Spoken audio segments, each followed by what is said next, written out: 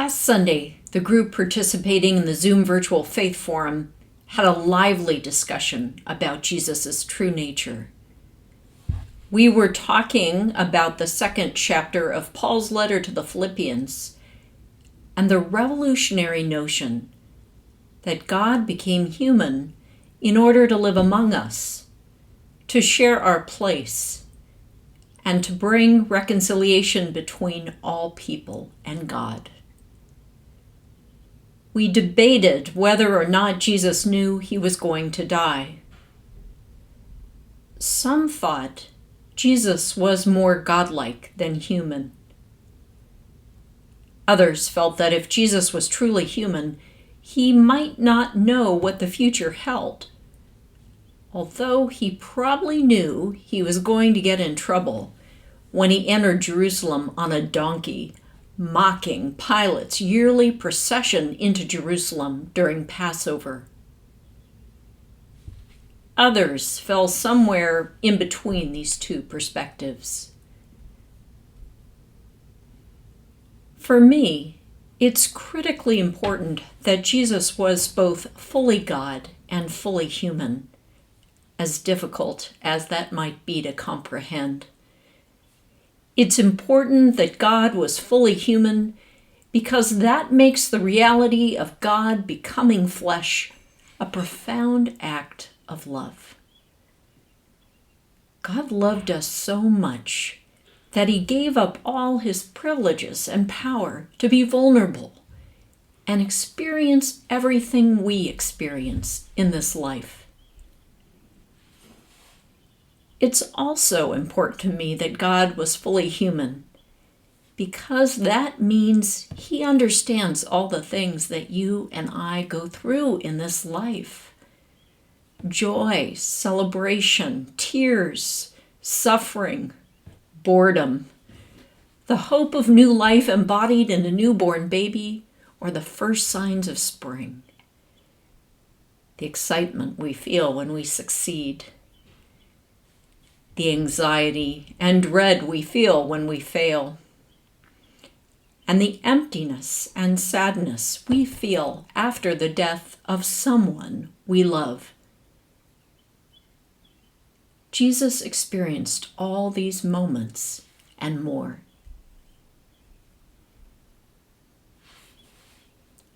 It's important to me that Jesus was fully God and human, because when he cried out, my God, why have you forsaken me?" on the cross, it was not just words, not just the fulfillment of Psalm 22, but the deep anguish of someone who loved God, who'd been faithful to God, and felt abandoned. Many of us have experienced the feeling of being abandoned in one way or another, and some of us have felt guilt or shame that we didn't trust God enough.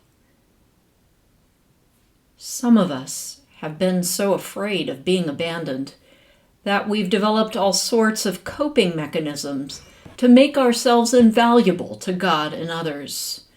Overwork, trying to become someone we're not standing up and speaking the truth for fear of upsetting others.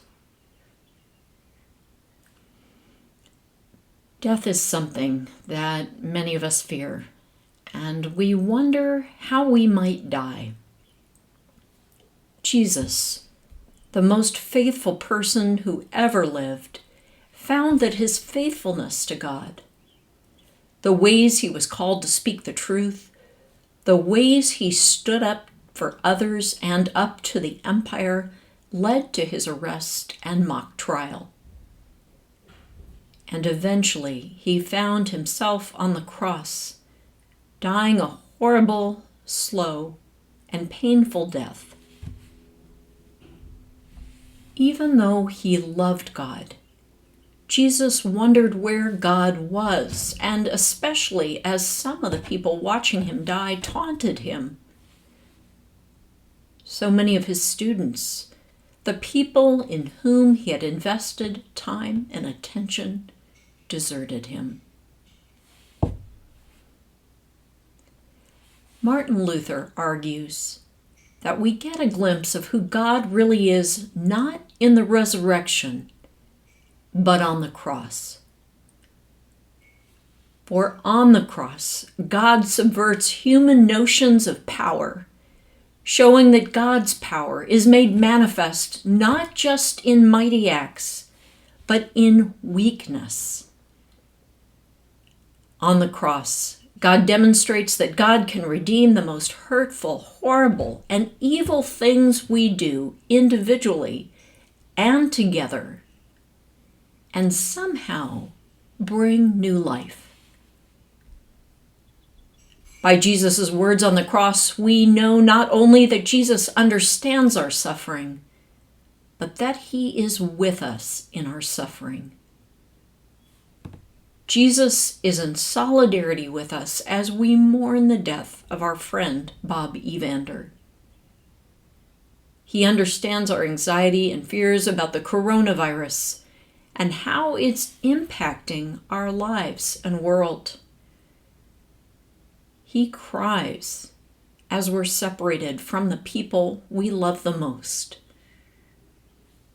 He walks with those who feel forgotten, those who struggle to find shelter and housing and wonder if they will work again.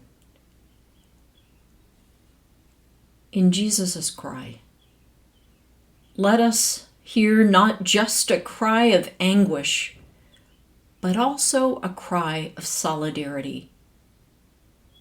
There is no action, experience, thought, or feeling so bleak or terrible that God can't relate to, handle, or redeem it. Amen.